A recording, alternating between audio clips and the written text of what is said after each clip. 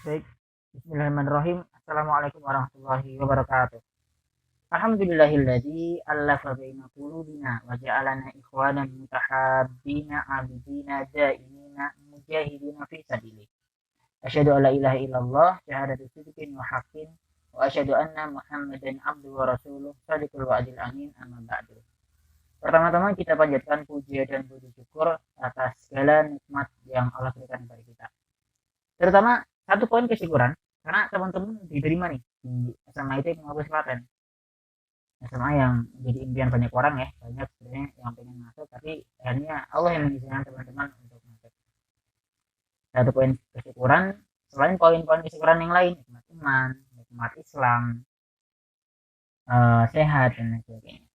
Yang kedua, selawat salam semoga terlimpah curahkan kepada baginda Nabi Muhammad Shallallahu Alaihi Wasallam yang dengannya risalah Islam bisa kita rasakan hingga hari ini, dan yang paling penting yang kita tunggu-tunggu syafaat beliau di akhirat nanti. Amin ya rabbal alamin. Teman-teman, perkenalkan, saya Muhammad Fadil Abdul Wahid, alumni angkatan 4 SMA IT Ibnu Abbas Klaten. Dan sekarang menempuh pendidikan tinggi di jurusan Ilmu Politik Universitas Pajajaran Bandung.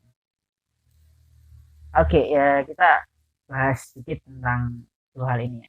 Nah, teman-teman pengen masuk ke Ibnu Abbas, pengen ranking 1, pengen juara provinsi nasional, itu bukan tujuan hidup, tapi capaian hidup.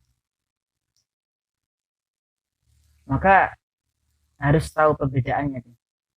Kalau eh,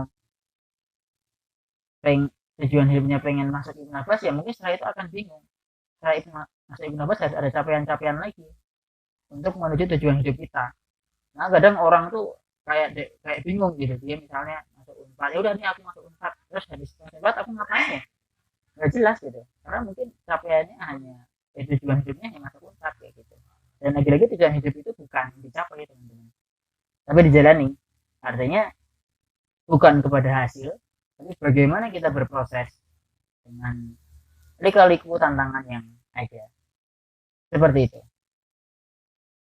Nah, sebenarnya Allah itu udah ngasih tahu tujuan hidup manusia.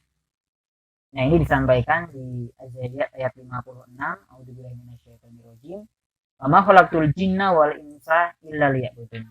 Dan aku tidak menciptakan jin dan manusia melainkan supaya mereka mengabdi kepadaku. Artinya apa? Pertama, tujuan hidup manusia adalah beribadah. Apapun itu harus dalam rangka ibadah. Yang kedua, manusia itu adalah abdun atau hamba yang berserah diri secara totalitas. Dan yang ketiga, bagaimana menjalankan makna sebuah ibadah ini dengan menjalankan perintah Allah dan dari larangan Allah. Nah, tiga poin ini yang harus selalu berhubungan dengan tujuan hidup kita. Nah, sekarang kita ke menentukan tujuan hidup. Ini referensinya dari buku karya Simon Sinek, Start with Why and Find Your Why. Ini saya cantumin partner di luar ini ya, karena kita harus cari partner dulu yang ya paham dekat sama kita lah. Gitu. Yang pertama, kumpulin 5 momen senang dan sedih. Momen misalnya kita bisa khatam Quran dalam 3 hari, kita hafal Quran 30 juz dalam ya mungkin 2 tahun. Kemudian momen sedih, kita kehilangan sesuatu, atau ya sorry itu saya kita kehilangan ibu kita misalnya. Nah, kemudian ceritakan momen itu tapi dalam bahasa kita, misalnya um, saya kehilangan sorry saya kehilangan ibu saya, tapi kemudian saya merenung, oh banyak banget nih yang belum bisa saya balas sebagai jasa orang tua, saya belum bisa membanggakan, saya belum maksimal dalam jalan hidup. Kemudian bangkit dari situ, menentukan strategi hidup, lebih semangat dalam mencapai impian-impiannya. eh Minta partner itu untuk menyatat dan minta dia untuk kasih kesimpulan juga gitu, tanggapan terhadap apa yang dia ceritain. Nah, setelah itu baru eh, kita minta lagi detailnya, kemudian kita identifikasi itu temanya. Nah, kira-kira ke apa ya gitu kan dari catatan tersebut. Baru kita rumuskan tujuan hidup kita. Formnya itu untuk titik-titik sebuah titik-titik. Misalnya saya ingin bermanfaat untuk orang lain supaya kebaikan yang saya lakukan bisa dilakukan juga oleh orang lain, sehingga kebaikan-kebaikan itu menjadi rantai kebaikan yang tidak terputus. Misalnya seperti itu. Nah, lanjut kita ke, mungkin ini cara belajar efektif kali ya. Gitu. Walaupun sekarang teman-teman mungkin lagi di rumah ya. Oke, teman-teman yang sekarang sedang menjalani masa orientasi santri, prinsipnya ini pepatah bahasa Arab ya. Sama satun ala basirah, semangat itu di atas pengetahuan. Jadi ketika kita tahu tujuan hidup, terus ada capaian hidup, maka breakdown tuh. Kira-kira kita butuh belajar berapa lama sih, berapa banyak sih, seharinya, seminggunya, sebulan, setahunnya gitu ya. Sehingga setiap hari itu adalah partikel terkecil dari usaha mencapai capaian itu. Maka kemudian orang akan sadar bahwa menunda satu hari pekerjaannya bukan hanya menunda satu hari ke depannya, tapi menunda satu bulan setelahnya, satu bulan, satu tahun, bahkan 5 tahun, 10 tahun pekerjaannya, atau menunda satu bulan, satu tahun, 5 tahun capaian tujuan kita, kayak gitu. Nah sekarang kita masuk nih ke skala prioritas. Ada yang kemudian dampaknya besar tapi sulit dilakukan, ada yang dampaknya kecil tapi mudah dilakukan.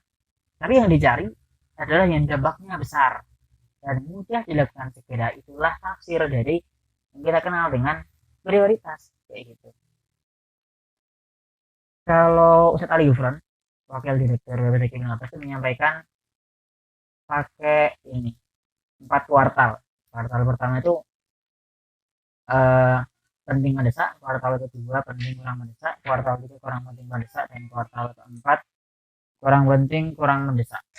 Nah, jadi teman-teman tinggal masukin aja kira-kira agendanya mau gimana. Pun juga buat komitmen dengan prioritas-prioritas itu. Bikin jadwal. Kalau ya sekarang mungkin teman-teman pada pegang HP ya. Ada kan tuh Google Calendar. Tentuin tuh besok aku mau ngapain nih. Jadi malam harinya harus ditentuin. Jadi setiap hari itu kita nggak bingung besok mau ngapain. Itu kan yang dilakukan oleh legislatif itu setiap malam menentukan besoknya mau ngapain. Jadi bangun tidur nggak bingung, nggak ngobrol tuh 5 jam nggak jelas, kira-kira gitu. Pun juga komitmen kecil, misalnya eh, maksimal nih aku pegang pegang HP jam 9 malam. Nah, gimana tuh komitmen yang kita lakuin? Misalnya nggak tolong paper wifi-nya dicabut jam 8.55 atau HP-nya kasih ke orang tua dan sebagainya. Setiap proses itu pasti ada tantangan di tangannya, maka saya percaya bahwa teman-teman itu juga harus istirahat, jangan terlalu over. Kalau kita zolim terhadap diri sendiri, masa kita berharap yang lebih baik? Kalau prosesnya aja kita maksa, masa kita berharap pada hal yang terpaksakan, kira-kira kayak gitu. Nggak salah kok teman-teman tidur lebih lama kalau lagi capek, nggak salah kok teman-teman istirahat lebih panjang ketika lagi down dan sebagainya. Tapi poin terpentingnya, istirahat itu boleh, wajar, tapi berhenti jangan, mulai lagi dengan semangat baru dan niat yang baru. Dan lagi-lagi percaya dengan apa yang Allah katakan di Al-Quran, bahwa Allah nggak akan ngasih beban di luar kemampuan hambanya. Dan lagi-lagi soal apakah kita like atau enggak, itu yang menentukan bukan manusia, tapi Allah Subhanahu Wa Taala. Dengan apa usaha kita wakal, yakin, doa yang kita panjatkan, kemesraan di sepertiga malam dengan Allah Subhanahu Wa Taala, kayak gitu. Nah selanjutnya nih, satu kekayaan yang dimiliki oleh siapapun, orang kaya, orang miskin, anak pejabat, anak menteri, anak petani, ya kan, adalah waktu. Nah, mungkin kalau menuju ke Al-Quran di Al-Asr ya, teman-teman tahu Al-Asr, dan hanya ada 3 ayat. Kalau saya asumsikan, saya simpulin sih gini, Al-Asr 3 ayat ini menjadi hal kecil sebenarnya bagi banyak orang, tapi kemudian menjadi hal yang sangat fundamental, sangat besar bagi orang-orang yang kemudian berpikiran besar.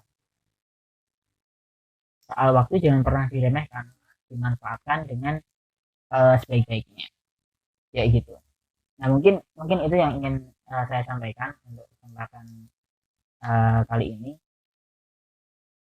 Lagi-lagi terakhir bukan tentang teman-teman ada di mana, tapi teman-teman mau jadi apa. Ibnu Abbas itu adalah sarana untuk teman-teman mau jadi apa. Adalah sebuah lembaga pendidikan, tapi kalau menurut saya mah lebih dari lembaga pendidikan. Ibnu Abbas lebih pada menyiapkan santrinya siap menjadi bagian dari peradaban, kemajuan peradaban, dan menyiapkan santrinya untuk siap ketika nanti dipanggil oleh Allah Subhanahu wa taala. Itu dulu yang ingin saya sampaikan. Kalau ada yang ingin diobrolkan bisa ketemu di Instagram saya @fadilzabd. Syukron atas kesempatannya, itu saja guru-guru saya dan teman-teman yang sudah mendengarkan. Kemudian afwan ya atas perkataan yang kurang berkenan selama pematerian ini. Jangan lupa like, comment, and subscribe channel YouTube SMIT Ibnu Abbas Klaten. Oke, bila taufiq wal hidayah. Assalamualaikum warahmatullahi wabarakatuh.